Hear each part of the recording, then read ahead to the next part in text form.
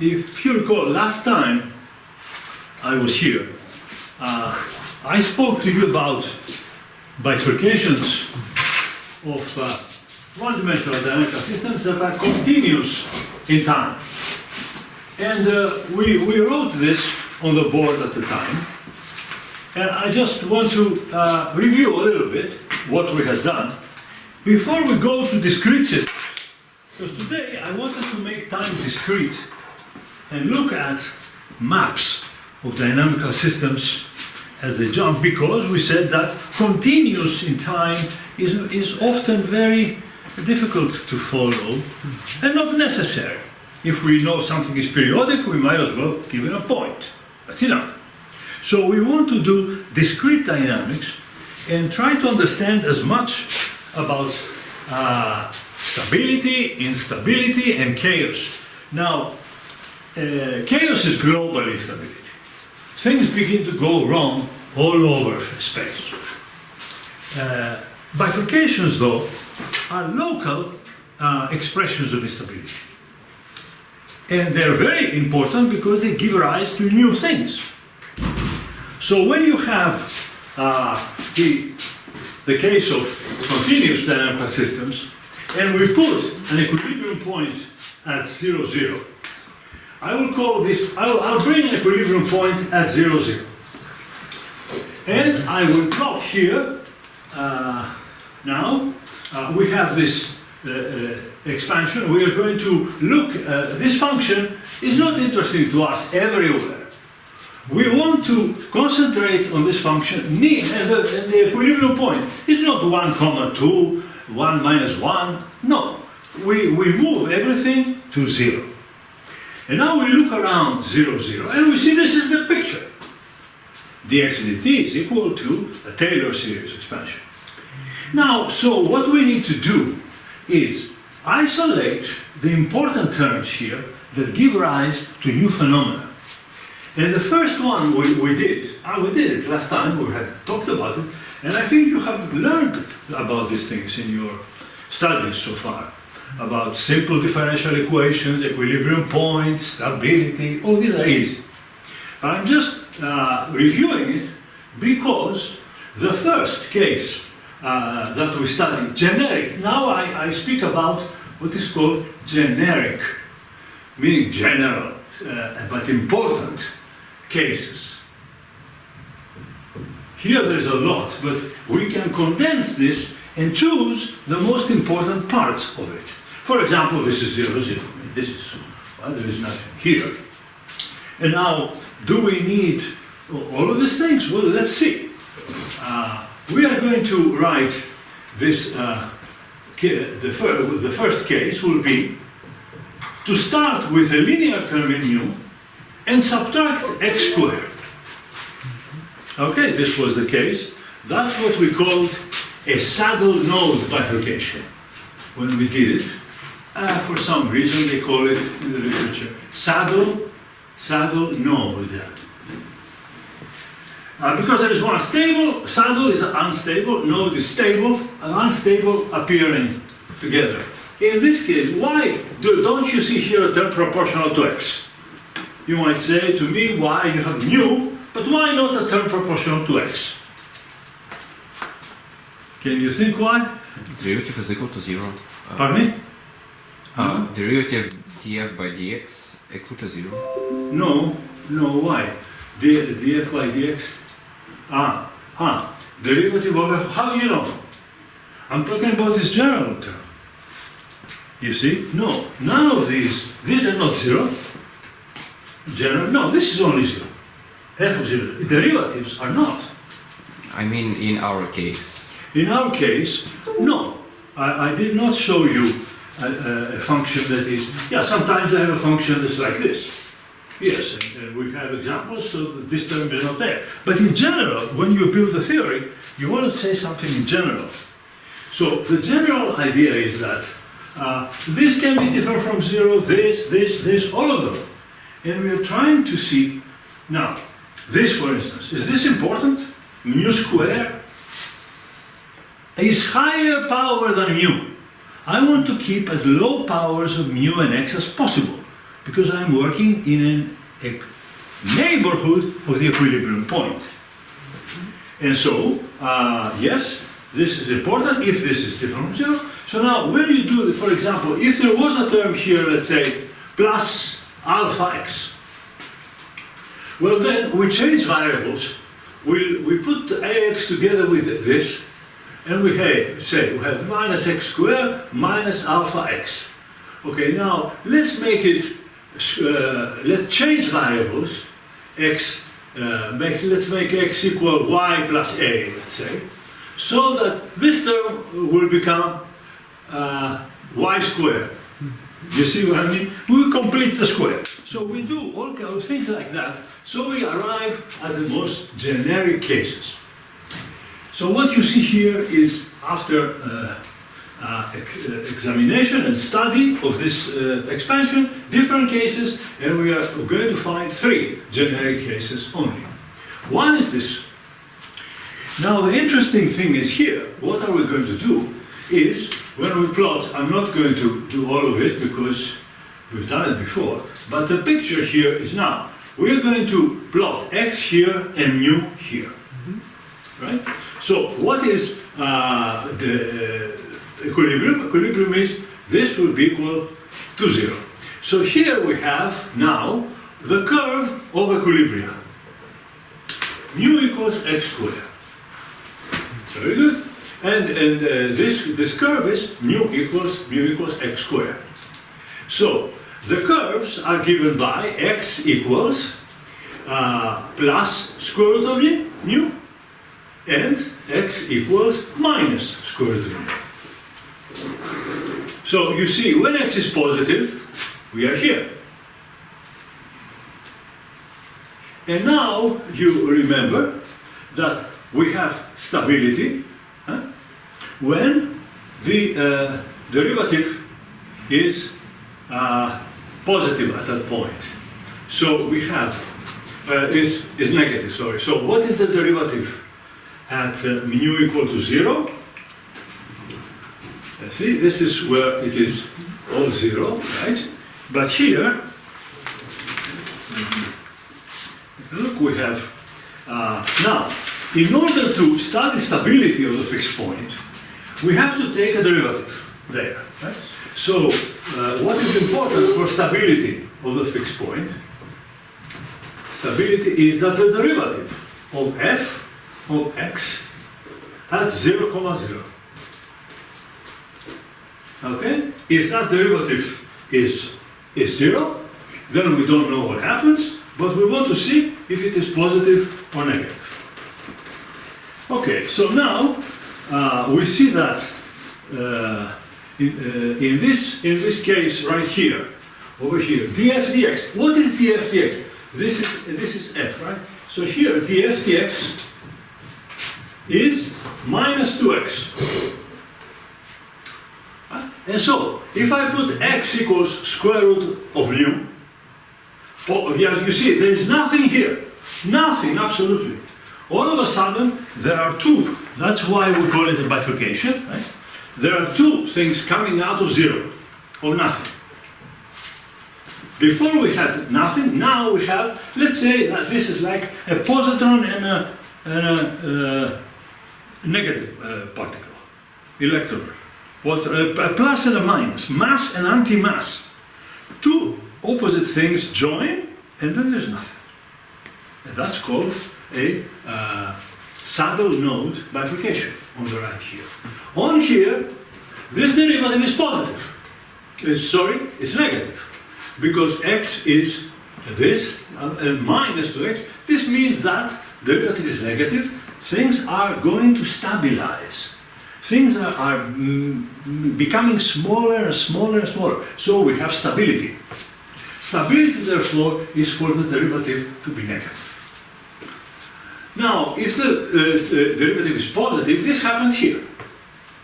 So for putting the other thing in here, minus except for this guy, the negative one, we get plus 2 square root of mu. Oh, but then this is unstable. So this means that for every value of mu here, let's put our line. This is a line now. Everything is moving on a line. If you put your line in here, everything is here, is leaving any point, any x you find here, is leaving, is going across, there's nothing here, and goes to this point. That's the stable point. If you begin for another mu here, up, you go there. So this is unstable, this is stable. That's a very extremely important bifurcation. It is also very important because the conditions to have this bifurcation are not too many. If you impose too many conditions, then it's very rare. If it is few conditions, it is more common. So this case is very rare in that case. Now, however, among all the other bifurcations, have you ever seen these things? You must have done some analysis. You've seen already. You've seen it already. So now, as you remember, the other cases of the other bifurcations, the classical bifurcations we have, is the so-called transcritical. Okay? So I'm just reminding you, transcritical bifurcation. And the third case, which is dx dt equals mu x minus x squared, see another set of cases. And the third important case is what is called pitchfork bifurcation. Okay. And what is that?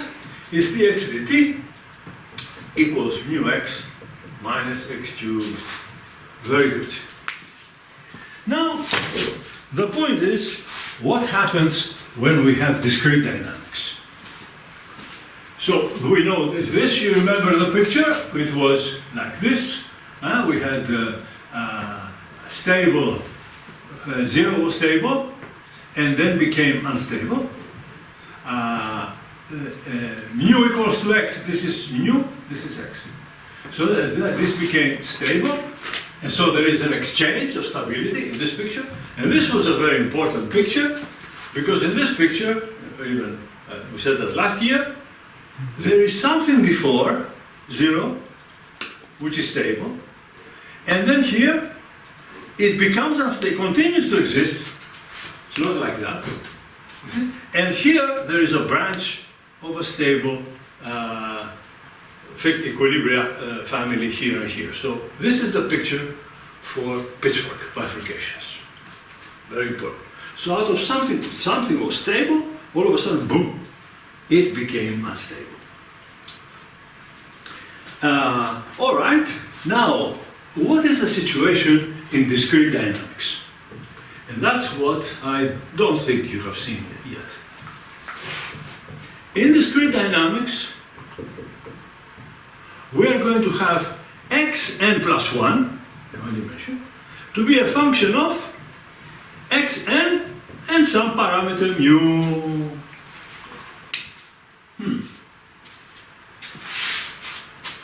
And now notice this is not a trivial system, dynamically easy.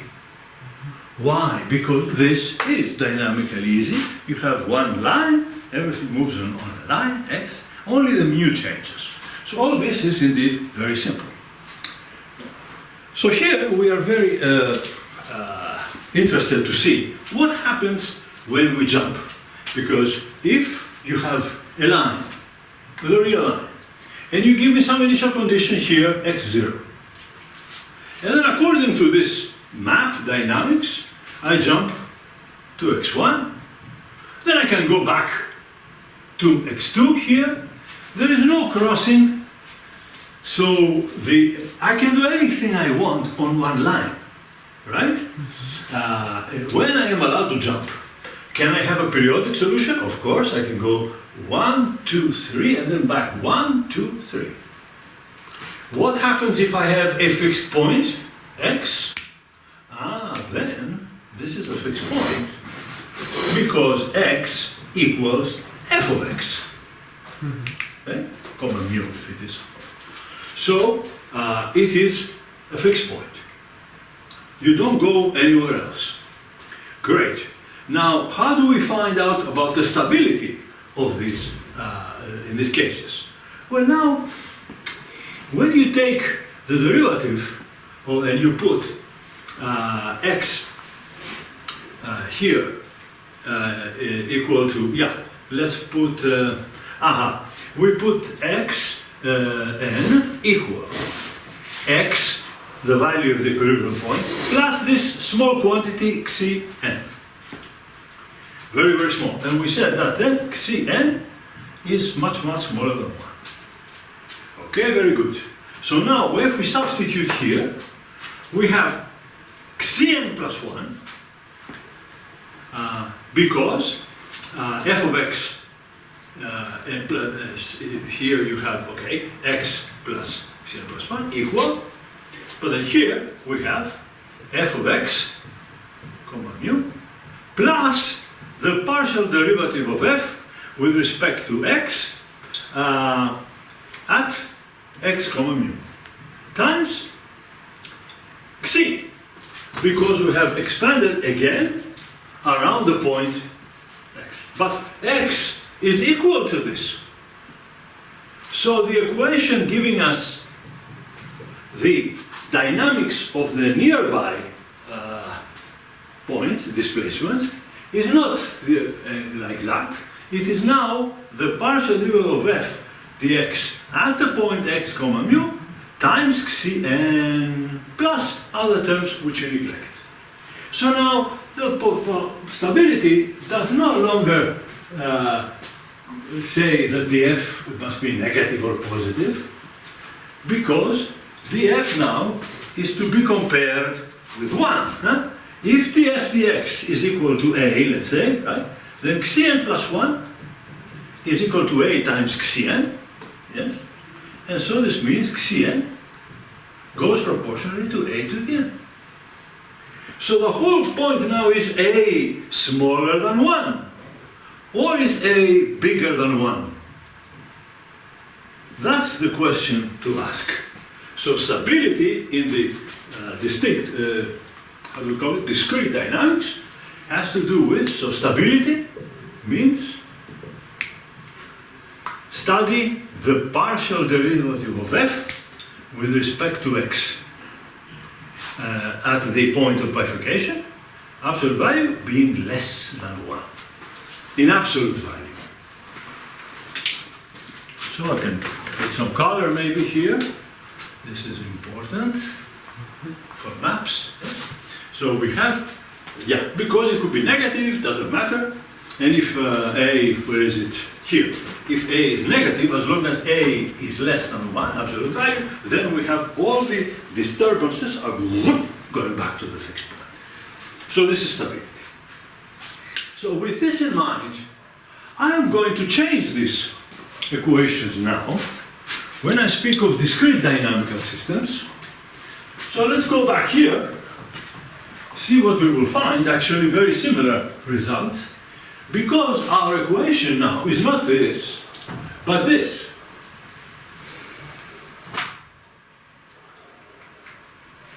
xn plus 1 equals xn plus mu minus xn squared. So now we are being tricky, smart. We know the results of the continuous dynamics, and we say, okay, let's do it now for the discrete dynamics. But remember, the point is not what happens, what is the equilibrium point? When mu and x are 0, x goes to x. X is an equilibrium. Okay? So for mu and xn 0, this is equal to this. But now there's this terms, so xn begins to go. And this is for us, this is our mu f of x n comma mu. Not the f we have here, as you see, as a function. Now we have everything evaluated at this fixed, these discrete cases. Okay, so now I'm erasing all of that, which is the stuff we know already. And we see that it is very, very cheap. We don't pay we get all this theory now because we have done it for one dimension. We know now what to expect here. And what is the picture? The picture is the same. We have mu here, and we have xn here. There is the stable branch and the unstable branch. See? And the reason is now that we have f, and we want to compare it with 1. So what is now df dx? dxn in this case. What is df dxn? It's equal to 1 minus 2x.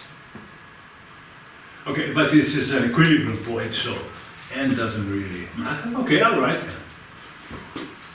Now, but we go to the equilibrium point, and the equilibrium point is square root of mu, as we had it before.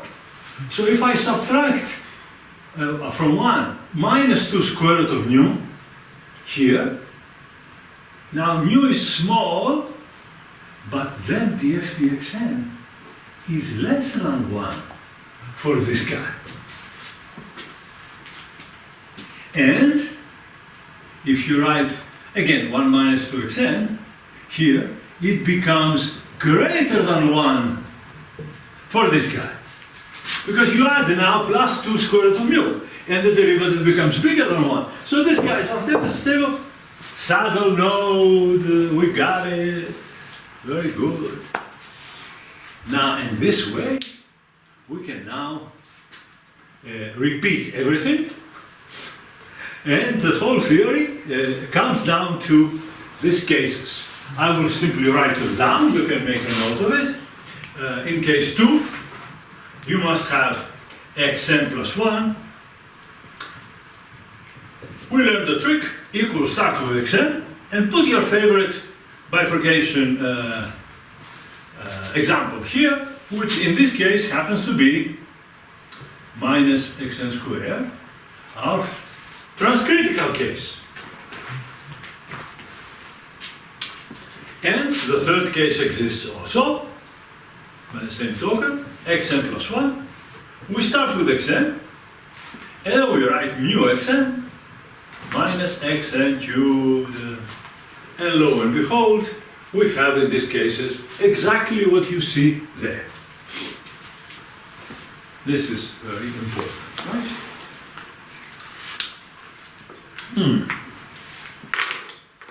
Okay, clear? We understand it, we take it down.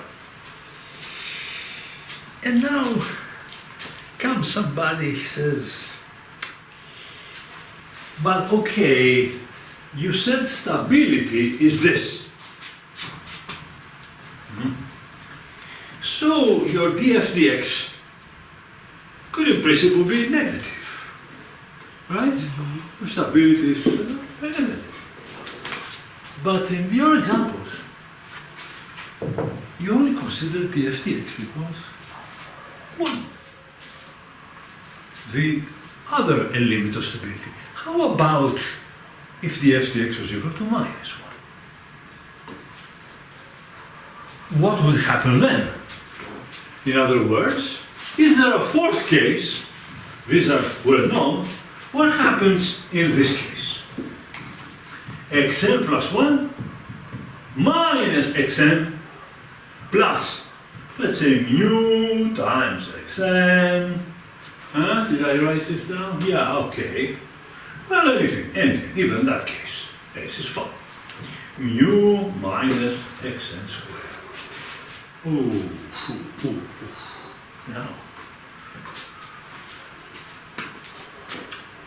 Now it's no longer true that it is a fixed point. Its derivative of this function will be minus, negative 1. So all of this was obtained with a partial derivative here, stability greater than 1. What would happen if we started this way? And now here is where we observe that there will be, this will lead us to periodic solutions. And rather, a period 2 solution.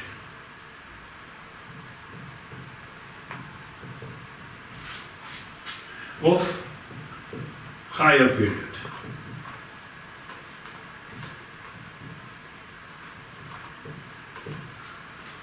In other words, it is possible to go to, why? Because when everything is small, and we start with xn, say this is small, and we have this map.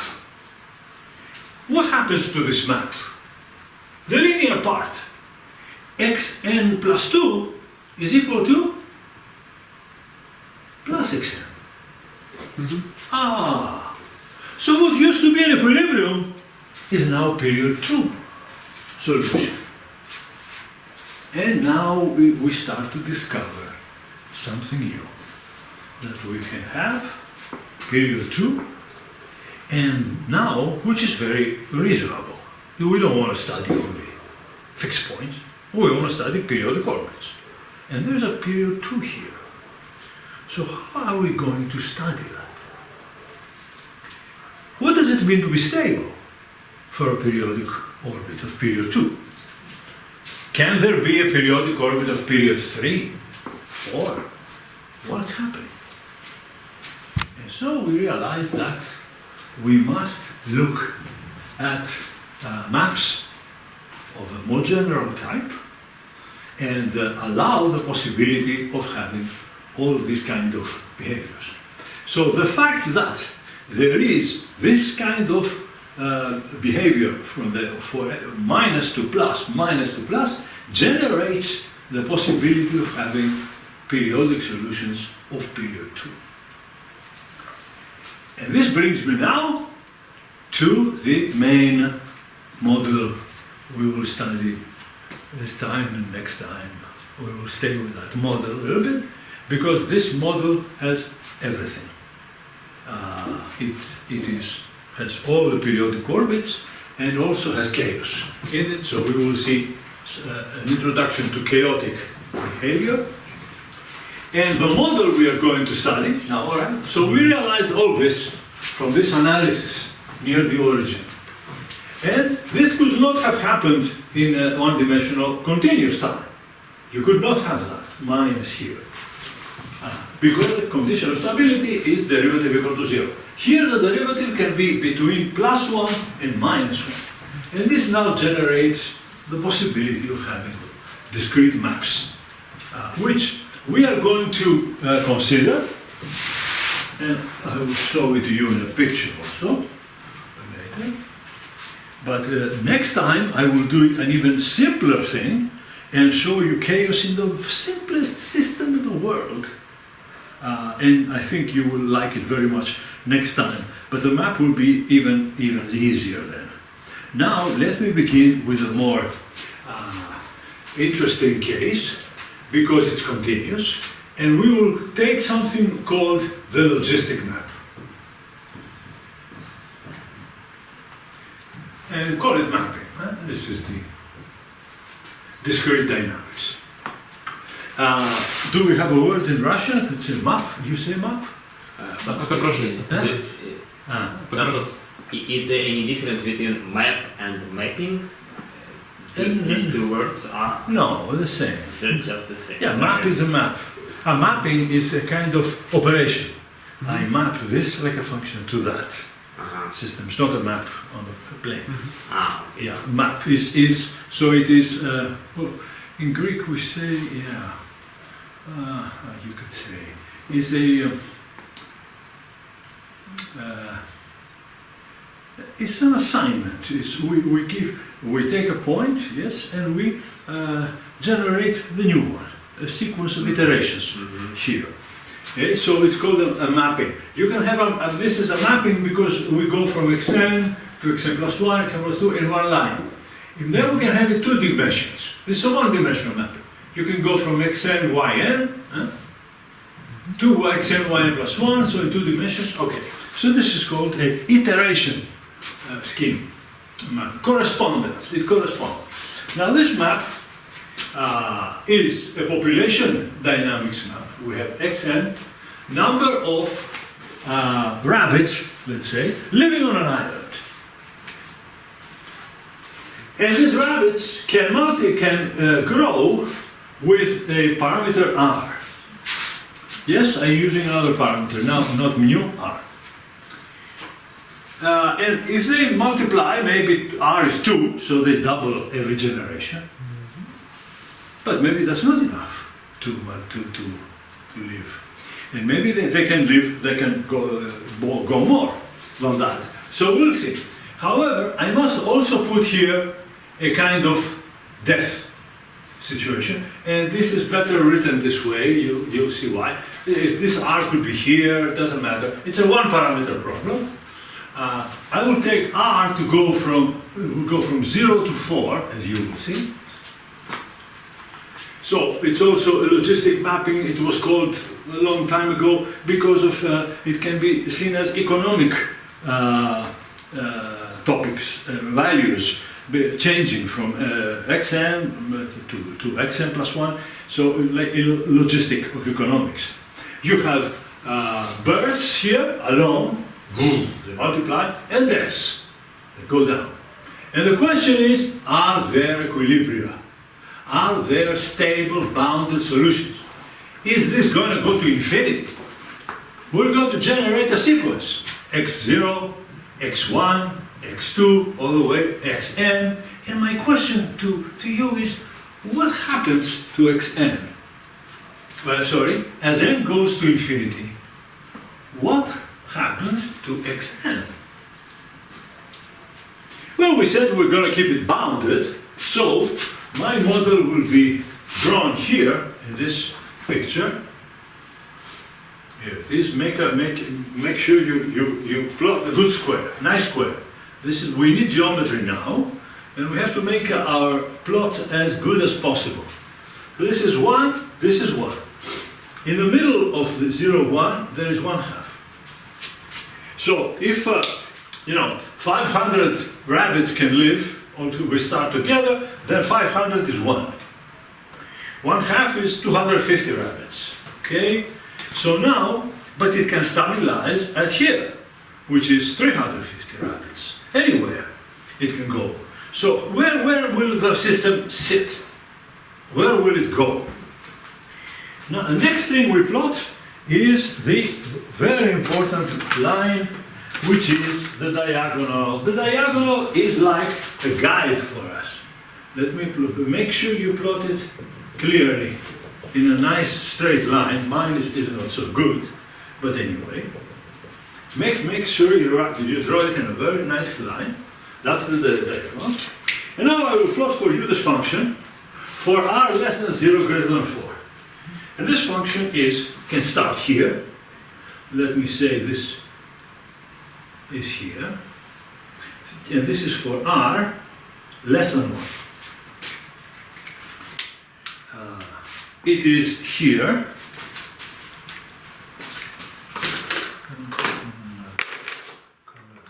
Anyway, it is here when r is exactly 1. So it is tangent at this point. When we go to the middle, r equal to 2, we reach this point, exactly at 1/2. This is r equal to 2. Okay? And then we are going to try one more thing. We're going to go to r equal to 3. R equal to 3 is going to bring us here. And r equal to 4, you touch the ceiling. So don't take r greater than 4, because then you break the ceiling, and then orbits will fly away. And that's the very important subject we will study next. Well, not only orbits that stay inside, but we can have escape. That's for later. from now on, we will have all our system bounded on the island. And let's see how those rabbits, or did I say rabbits? This population will develop in time. As you see, now this kind of story, now, we'll call it F of R, comma X. Anyway, when you apply it to a point, you start from an initial condition here, and through this F, this is our function, you go to the next point. How do you go to the next point? Well, first you go to the function. Right? Then you go to the diagonal, because if the point you want to find is here, x1, but you don't want to go there.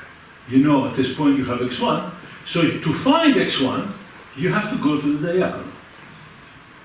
And then you go to the function, and then you go to the diagonal, and then to the function, and then the diagonal, and then you make a spiral into the point.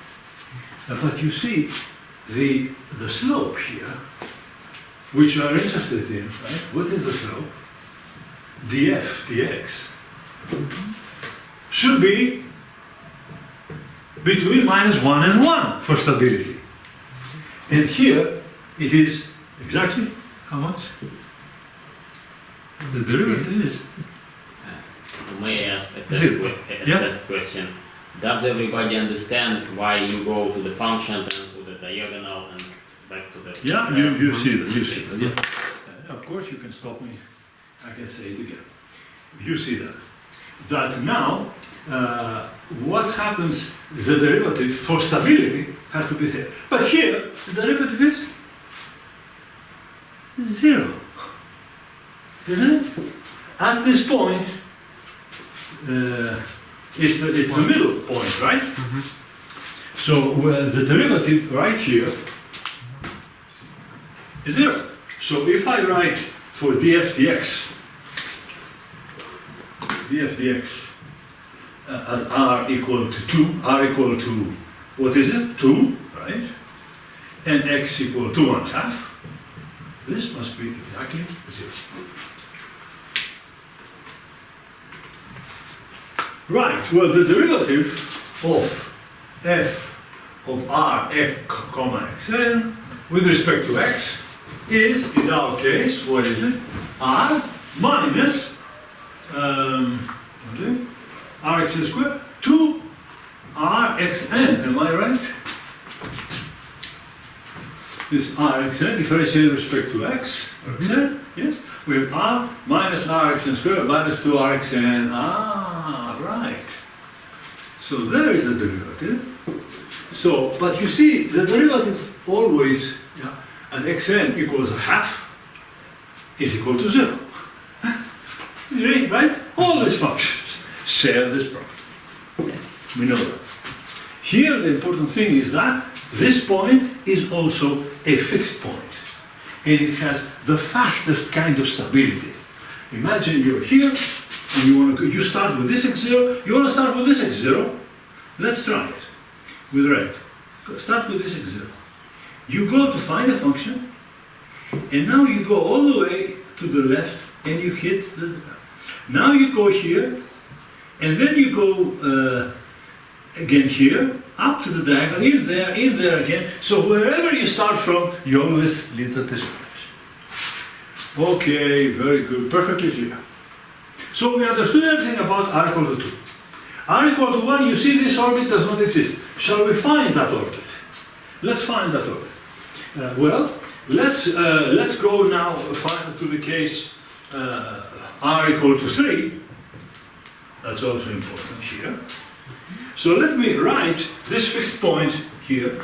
I will write it as x hat. Let's call it x hat. Right. What does it mean? Here, what am I interested in? I'm interested in to find the derivative of f with respect to xn, but where? At the point r equals to r equal to 3.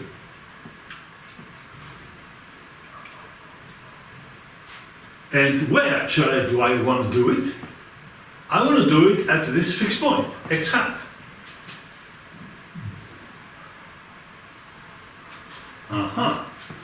So, but what is this df? It's here. Ah, all right.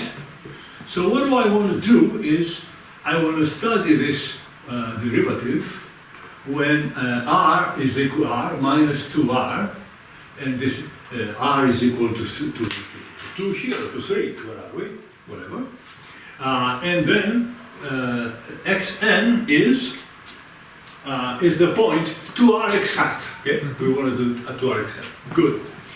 Now, suppose we try, what about x hat? For r equal to 3, we said our fixed point is x hat. We called it like that here. What is the value of x hat? How do we find it? Well, it is, let me see, x hat, is equal to here. What we have is x hat equals to r x hat times 1 minus here, 1 minus x hat. We're going to go to that fixed point. And we see that this is the fixed point on this side, right? We don't have a fixed point on the other side of the middle. See, we have the diagonal. This is very important. The whole square is divided into 2 parts. When you are on this part, you go to the right. When you are on this part, boom, you go to the left. So it's very important to distinguish between these two. In fact, these two regions, later on we use symbolic dynamics. We call this L and this right, left and right. And you'll see that every combination between left and right may come on this map. But for period 2, what do you expect to have? Left, you start from left, somewhere here, then you go to the right. Then left, then right. Can we find, this is going to be a period 2, okay? But that's later. For now, from now on, we only have this picture here of the fixed point. So now, what is the value? How do I find this fixed point? Well, it's not 0. One fixed point is 0, but that we know. We don't care about that. But we also have the 1 equals to r minus rx hat. So this second equilibrium point then is equal to r over 1 plus r. Very easy. And now I go to the derivative of the function. See, calculus of high school, huh? But behind it, the subject is serious. Huh? It's very important what we are studying. And yet calculus is quite easy to follow. So now we put x hat in here, and what do we have? That the derivative of the function at xn, that we want to calculate, is equal to r minus, well, let's see now, 2r square. Sorry, Bountis. So, yeah, I made a mistake. Yeah, it's not r over 1 plus r. It should be r minus 1 divided by r. Absolutely right. Thank you very much. Yes. Yes, it is. Yes. So it is, x is gone, so it's r minus r, yeah. So this is correct, yeah. R minus 1 over r, right? Very good, very good. You're absolutely right, yeah, Okay. Now, all right. Now we come here, and what do you see? Now you see we're getting 2r and r. X is r minus 1. So we have 2 times r minus 1. Please check me. I think I did it right. Okay. Now this means that we have 2. What is it? 2 minus minus r. Huh? So the derivative at that point is now 2 minus r. What do we want for stability? We want this derivative to be between 1 and minus 1. So, to study the region, see how easy it is? I mean, once you know what you're doing, it's a child can do this. But we have to be careful with the algebra, I make mistakes. But now, so what does this mean? That this r is between what? 1 and 3. So this derivative is less than 1 and stability is guaranteed until you reach 3. Meaning that this orbit was born stable at 1, r equal to 1, and now it's going to become unstable. And this is the famous bifurcation diagram in this map, which plots here x values and here r values, in which we could see this already. Let's see a picture a little bit.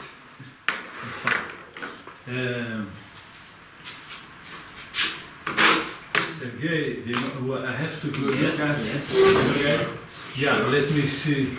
I can put there already. Yes, it's there, that's right. Yes.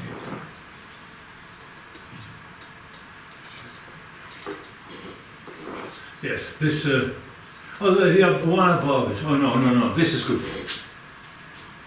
Okay. Okay, now you see,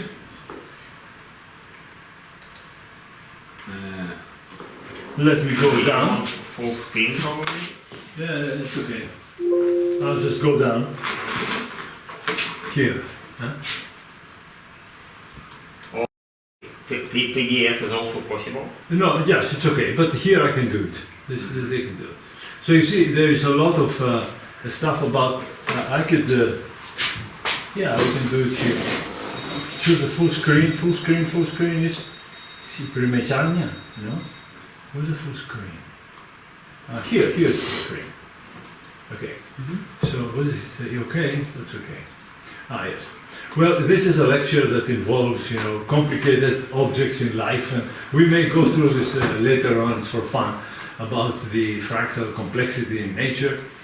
And I had to show all these pictures to see what the structure of the corals or the sponges are, and the great mathematicians Peano and Hilbert, and the curves that they formed to fill the plane. So they saw a story of how the dimensions are not understood very well. What is one dimension? One dimension is, this is because is one line, okay, if you turn it around. 2 dimensions is the whole part of the plane. But then they say that if I take a line and I turn it around and then I turn it around again and again in a self-similar way, I can cover the whole square. So how can it be with one line to cover the whole square? Goes through from 1 dimension to 2. So this goes through the theory of these topics, but my actually up here you do it like this too, right? Then I go to this. Yes, this is our story here. Okay, so in this population of rabbits, we have we write for xn, you know, the ratio of the rabbits of the n generation to the full number that the island can support. They can survive on this island, about n of them. But they don't live always, they survive for a little bit, then they go down. And then they oscillate less than 1. So xn is less than 1. That's why we chose to have this equation. Okay? So now what we do here, what I have shown you, as you see, is the birth rate and the deaths. This is the birth rate R, we settle this. This brings us to to this picture. So you see what I have plotted here is exactly what you see here. And the orbits, as you saw before, for the case R equal to 1, when I touch it, it goes forward. No? Назад, not назад, а мы далее. Go forward. Далее. Далее.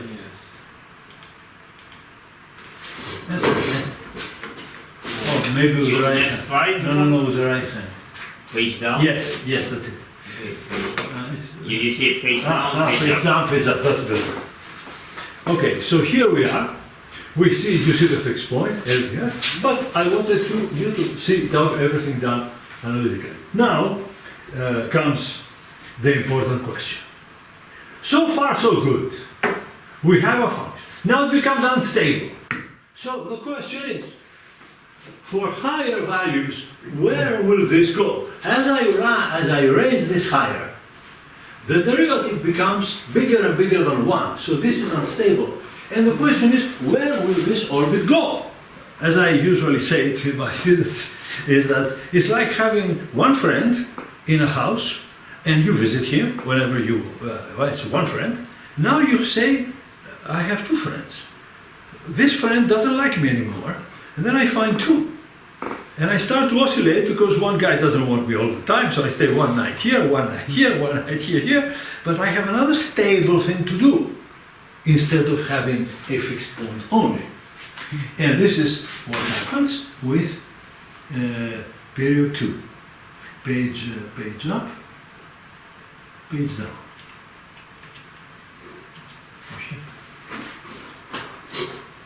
Here. Now you see, we have raised R to 3.2. And now we have a spiral going outside. Solutions are repelled. And question is, where will they go? What do you say? Tell me what do you predict will happen? Notice that the orbit is look at its distances. Here, they're becoming smaller and smaller. They are approaching a square. Ah! They are approaching to the. Nazad, this was for no, Dale. Here, right. Ah, very good. So you see, there is finally a square where they will converge. And therefore, now they are jumping between 2 points. So we discovered the famous phenomenon of period doubling bifurcation. Okay? I don't think you have heard of this before. We've heard from you. From me. I told you last year. Last year. Okay. Did I show you the same transparencies? I hope not. No, I didn't show you. No, it was on the blackboard. Yeah. So now we have period 2, but then I didn't show you because we will not study this here. Here, you see, for R even higher, the compressive dynamics is possible. You see, here now is F squared, G squared. So G squared is the function doubled. Now the fixed points of G squared are periodic 2 orbits, right? Because it's just G squared. So you see, now this was still here, I increased, can I go like this maybe? Yeah. So this is the old fixed point. It's always it's always there. For all the powers of G, this point is there. Now let's go back. This is page down. No. You can use arrows. Huh? The arrows. Yes. Page down, Where's page the arrow? up. The arrow. Yeah. Okay. Arrows also work. Yes. Arrows goes down. This goes back. Yes. Right. So now we go to this, and you see that here I have period 2. Now all of a sudden, you see at the center of the box a kind of self-similarity, as we saw in the previous curves with the leaves and the trees. There's something similar. This picture here looks exactly like the logistic map. This one here. Only it is inverted. So in the center, you will see a picture that will remind you of of the original map. So this is the plot of the function g of x squared. And if I continue here, I go to g to the 4th. Now I have from period 2 to period 4. So you don't go from 2 to 3, you go from 1 to 2 to 4 to 8, the powers of 2. And every time you do this, this plot will become more and more complicated. Look at the central part, it's still the same as before, only now inverted. So this begins to look here also very much like the previous slides, and therefore we see that the more we go, the more complicated things will become. If I have another picture like this, maybe. And now here is the final picture that is really shocking and very, very important in dynamics today. This was the number 3 here. And that's where we had the period 2. What happened to period 1? Well, I could have continued it with dots. It's unstable. So forget the unstable ones, we don't want to keep them, they go away. Everything solid is stable. So now this is stable, period 2. What happened to period 2? There is an R1 right above 3.42, where this one, now points go like this, tick, tack, tick, tack, tick, tack, okay. Now, near both of them, there is now instability. And you get now 1 here, 1 here, 1 here, 1 here, 1 here, 1 here. You jump again between 2 regions, but you visit 4 friends' houses now. 1, 2, 3, 4. And as you said before, and that's also because the self-similarity. Whatever happened for period 2, then happens in small scales for period 4, 8, 16, etc. And now we have a continuous series of bifurcations between 2 to 4, 2 to the m, and m goes to infinity. We can have here 1,000 or something, and this is all proved. This is mathematical theory of this mapping is well known many years ago. It's so simple, and yet all of these phenomena have been analyzed, and there is a beautiful theory now in literature. But what is the stability a little above 3.8? Ah, very good.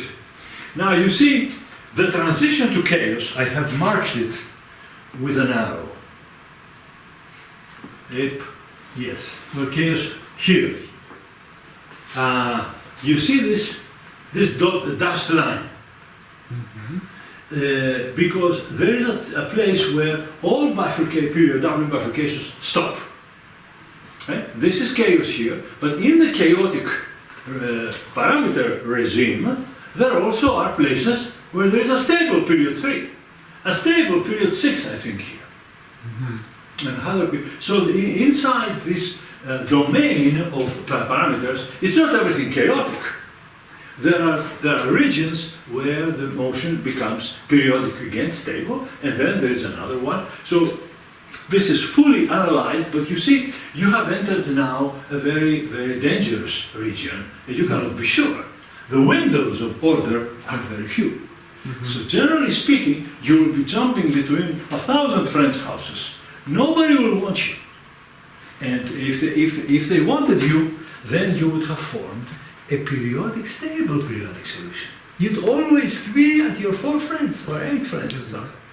But if you cannot find them and they don't want you, then there's an unstable. And when all of them become unstable, then we reach the point R equal to 4, which we will also say something about, because at R equal to 4, something remarkable happens. There is complete chaos, complete. The whole line here is filled by points with the density, and the problem has an exact solution. So let me say this about that to clarify it.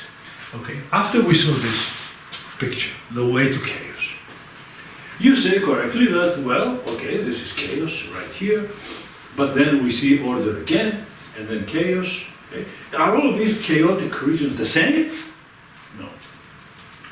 Chaos can have different strengths in one region, because, you know, if you play dice, complete chaos is every face of the die, it falls 1/6 times. You throw it, 4 number 6. Now make a little bit, now no dice is perfect. And so some are high, are more heavy. So in all these chaotic cases, some will be more numerous because at one side of the die is heavier than all the others. And so you to study this, you have to look at thousands and thousands of numbers of the die. So these things happen in mathematics. Nothing is perfect. So any imperfection, even in chaos, will lead you to denser points here, more rare points there. All right, but the absolutely remarkable thing is that what happens when r is equal to 4? This one touches the line. Okay, by the way, this thing, you have your calculators, you have your little computers, you can run this and you can see all of that for yourself because it exists on the web, of course, it's very well known. But when you do it yourself, then you can pose some questions and see what happens. At r equal to 4,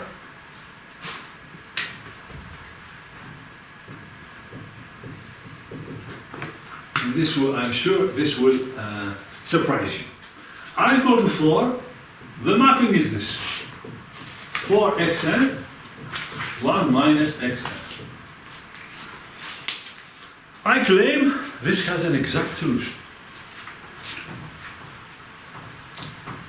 There is a very simple function which also has a free constant.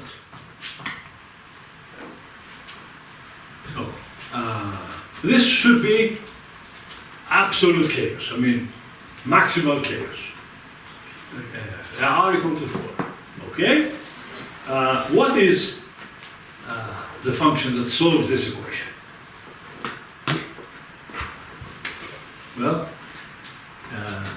you may find it yourself if you try, but I can tell you it's a sine.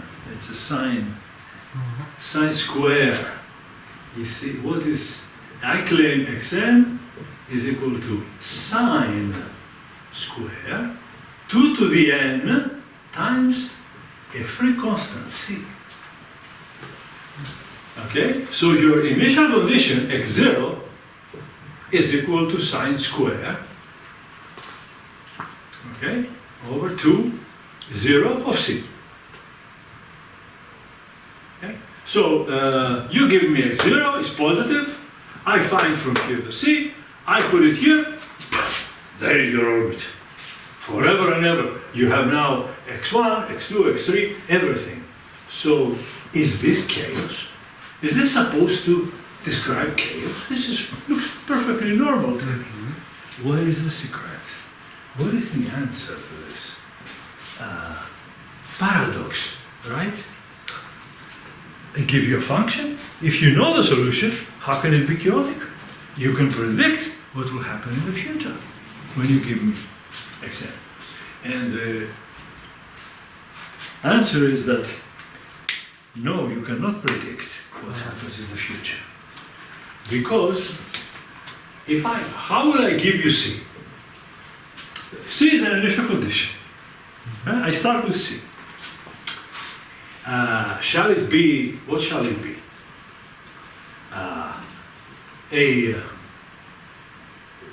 A number that you know, let's say, well, I want to say multiples of pi, maybe it could be a number divided by 2 pi, but suppose it is, yeah, it could be, if you want to do it in radians, but suppose you know it as 0.123501165 7, 3, 1, 2, then somewhere here you reach your last point, and then your computer does not know what happens after that.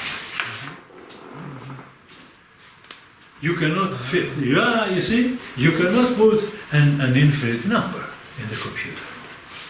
And there is your problem with the 2 to the n. as you apply 2 to the n to this, this will become an integer. That's why we should have it maybe multiplied by 2 pi or divided by 2 pi. An integer, but then you eventually you will reach this point, and you don't know what happens after that. So therefore, chaos is an impossibility for us to calculate to infinity.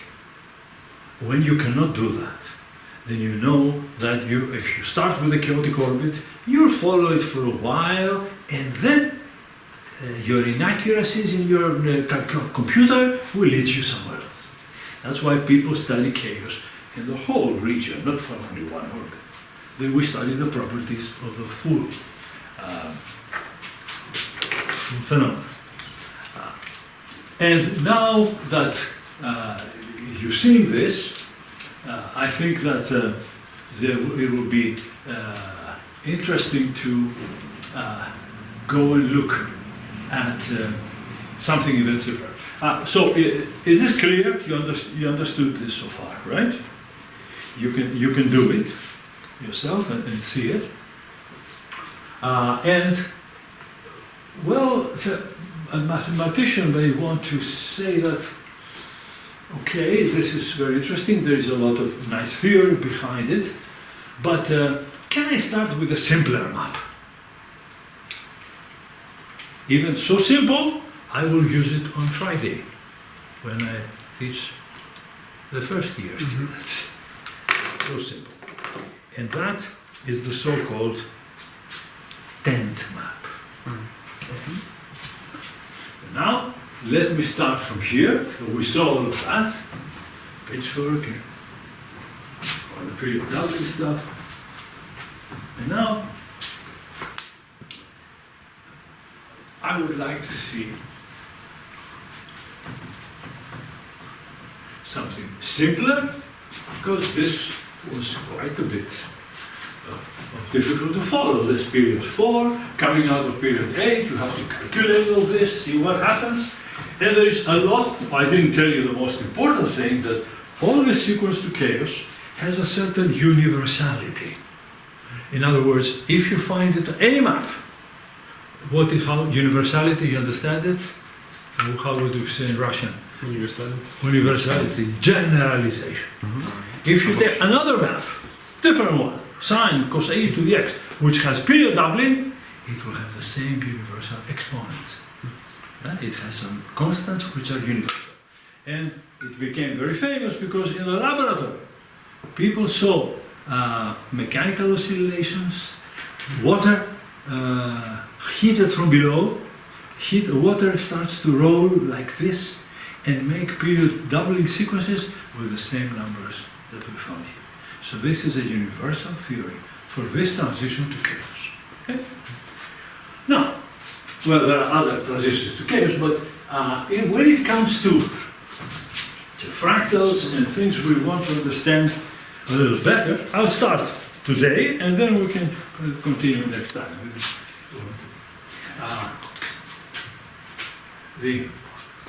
I would call it a simpler model. Simpler model. It looks simple. Is the so-called tent map. The tent map begins tent. You'll see why tent map or triangular map. It starts with this. I will write it here. X n plus 1 equals lambda xn. I will use this Greek lambda or Russian lambda also to make the shape you will see now. It will be given as piecewise continuous, not a continuous function all the way from 0 to 1. It will be piecewise continuous, and it will be Rxn times R1 minus xn. So between 0 and a half, you have this line. And between 1/2 and 1, you have this line. So now let me go to the middle here See, the picture is still all the same, all these diagonals we have here, right? And there is 1/2 right here, and this is the diagonal. And now we are going to plot the function. Right.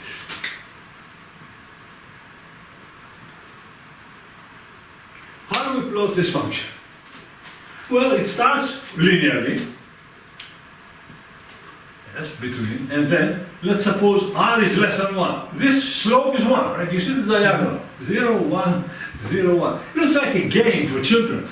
Such a simple thing. But this should be studied in high school also. I draw a line, for r less than 1, I am here. Then here, derivative is discontinuous, I come here. So here's my triangle. Then there is another triangle when r is exactly equal to 1, and then we fall on this line up to here. This is a very, very, how to say, exceptional case, because it means all these points here are fixed. So it is very degenerate, we call it. All these points are fixed, but it's degenerate, because the next r, this is r equal to 1. At this point there will be r equal to 2. But I don't want to get this point here. Now we have r greater than 1. And r greater than 1 is here. How many fixed points do you see? Remind me of your name, guys, because your name, Evgeny Mikhail. and Mikhail. Denis, Evgeny, and Misha. So, you see the similarity. How many fixed points do you see? Misha, here. Actually, derivative will be less than 1 at that point. Will it? Are you sure? The slope is greater than 1, then Huh? Dennis, no? Are you sure? The derivative is going to be less than 1.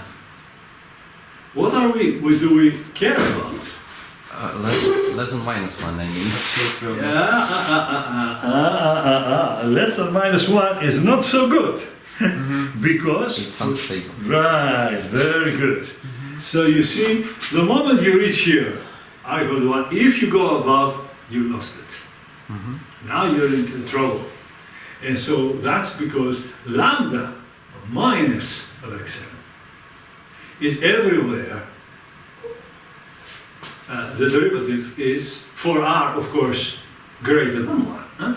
Less than 1, here the derivative is always there. And where do the orbits go? Here. You see, when you go from here, say here, you go to find the next point, go to the diagonal, of course, right? Diagonal. We go to the diagonal, and then we go to the function.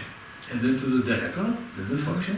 And then you realize that anywhere you do, this point is stable. When? If r is less than 1. And you're here. If you're here, it's not true. If I start at this point, I will not go here. I will go to the diagonal, then to this, then to this, then to this, and now comes the crucial question. I'm here now. I go down. And now, where do I go? Dennis, where do you think I go? Period 2? Period 2? You think so? Look, I am surrounding now the fixed point. And look what happens. Because the slope is bigger than 1 in absolute value, you said that, right? This is going to come here and now go higher than the previous one. See? I am condemned to leave this point. It's unstable. And now, where is the question? Am I going to go to period 2? Is there a period 2 that is stable, maybe? You see? Now this, if we don't answer these questions, this guy, what are we going to do with all of this chaos stuff? Okay, if we don't know how to play. This looks like a children's exam game, but it's not a children's game. It's very serious. So, I want to just close today, and we can continue next time, but I want you to do the following now. Play the following game. Let's start. I will draw again. Don't be lazy, because when you try to solve these problems, you have a mess, then you do it again. Repeat the whole picture. Draw the same picture again. Okay. Right. And now I ask you to play the following game with me. Let's suppose we want to find period 2 orbits.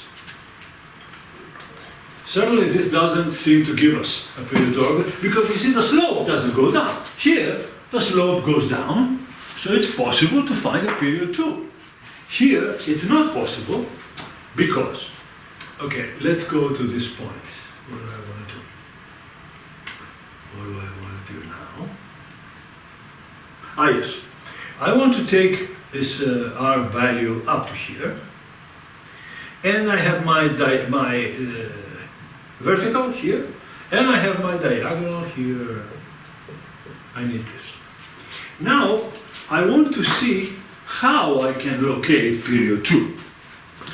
And do you think there's going to be only one? Well, logically speaking, yeah.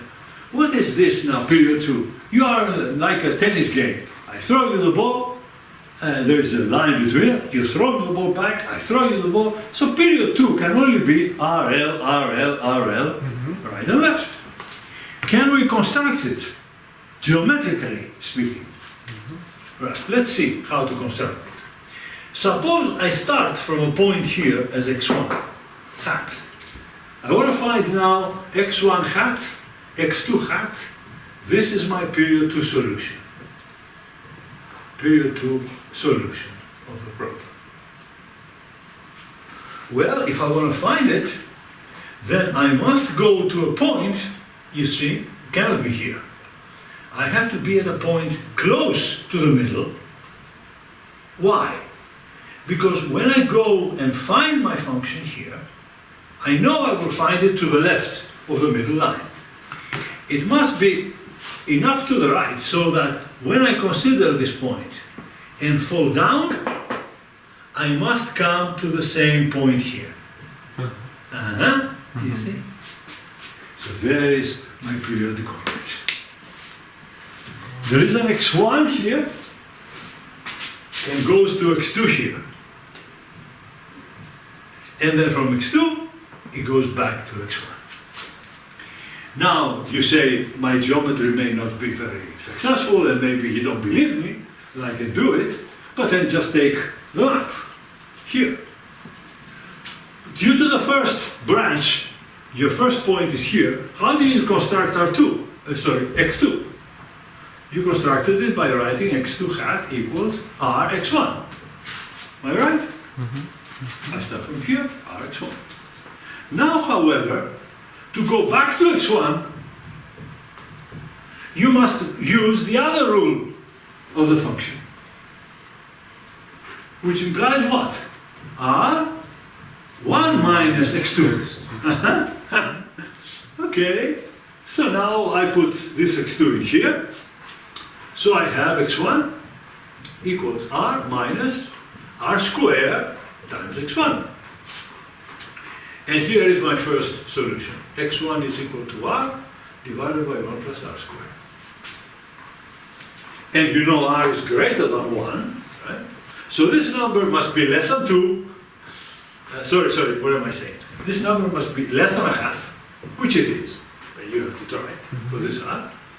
And you have a second solution, x2, which is r squared over 1 plus r squared. Because x2 is rx1. So there is your 2 points. We found them. And this one, of course, is to the right, because it is r multiplying the previous one. And everything is fine. And now let's finish for today, because you can be tired and you want to go home. Let's find period 3. And then we stop. And then I will ask you, how many period 3s you think you can make? So it's only one period 2 solution. Yes, yes. You see, it's not possible to stay on the same side. You keep going on the same side. How can you come back? To come back, you have to throw the ball on the other side and receive it back. Okay? So that we understood. The important thing is that, yes, there is one period 2, but now I claim there are 2 period 3s. Remember the possibilities of the symbols, and in chaos, symbols are very important. Symbolic dynamics. Let's think of symbols. Period 2 is expressed by the following symbols. R, L, R, L, R, L. Why is it period 2? Because it's periodic. After a cycle, this is going on all to infinity. So you have a periodic orbit in here. Is it stable? Of course not. Everything is unstable. All the slopes are bigger than 1, so forget it. They're all unstable. So maybe that is what chaos is about. An infinity of unstable periodic orbits. There is nothing stable. Okay, now I start to understand it. Now, let's go imagine period 3. How would you build it with RL? RLR, RLR, RLR, etc. okay, RLR, okay, RLR, etc. Fine. So what is this all? It is the infinite sequence of RLRs. Isn't there another way? Another period 3. Middle point. Huh? Here, you see? L. LR. Because you had 2 R's, now you can have 2 L's. And notice that this is not the same as this. So LLR, okay, I wrote it, yes, I could have taken this one and written here RL. Okay, I can do it that way. RL. It's the same thing as here.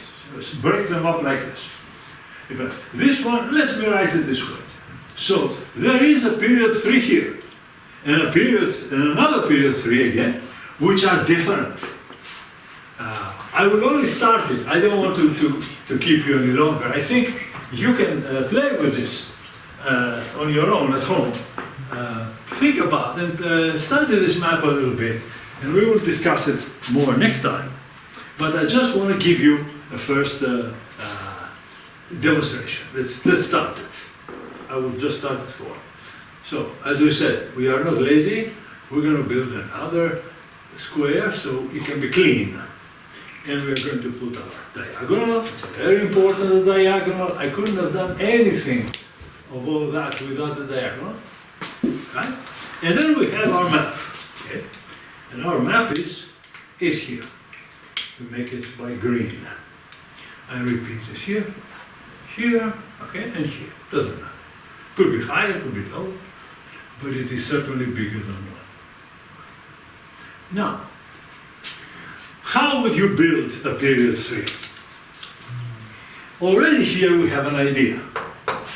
You should stay twice on the right. No. Let me start from the left. We have another idea. Start on the left. How? Let me just put it here. I need, of course, also this line here. Now, if I begin here, look, if I start here,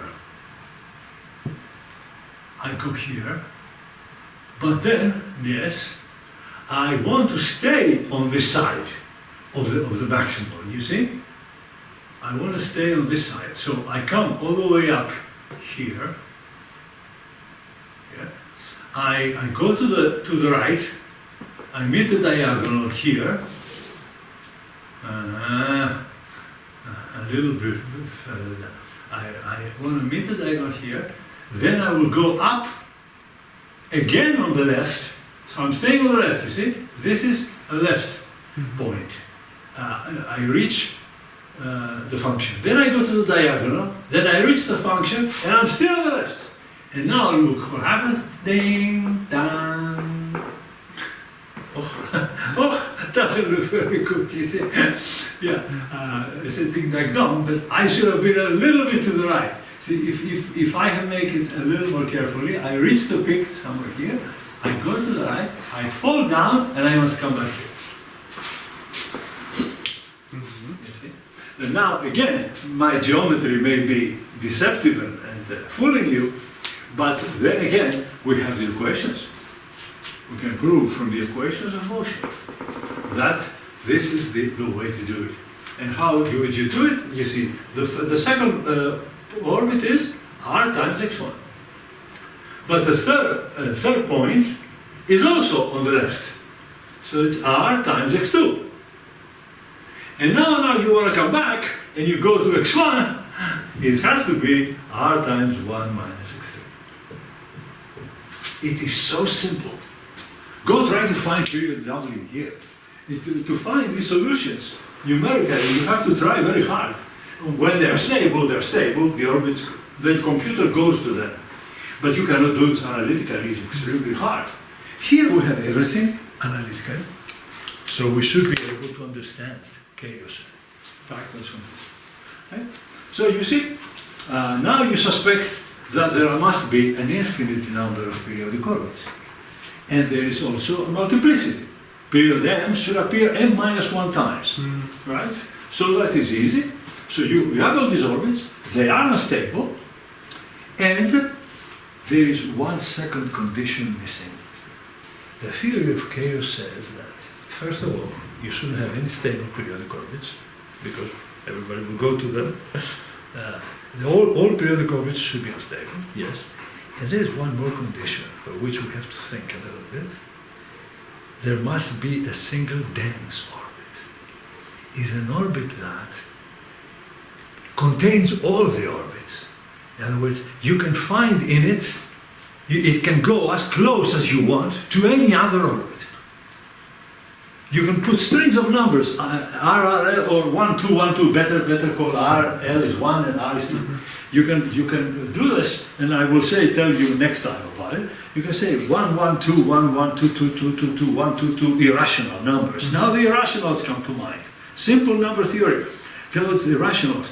Yeah, but I can write a number that can be as close to any irrational, to a sequence I want. That is possible to do. A dense orbit will do that. Because in this way, the full system of orbits is not isolated, it is connected. So you have just one single thread that goes around and can come close to an orbit as long as you like. Later on, it will come close for a little bit. Later on, it will come close for longer. And there is a precise way to construct these orbits. I may find it, I'll tell you next time how to do it. Find the orbit, and then any other orbit will be this. So there is a dense orbit, everything is unstable, and that's the definition of chaos. You have to have infinitely based unstable orbits, and one that is dense everywhere and can play the role of any other orbit as long as you like. And then you can say that I have chaos.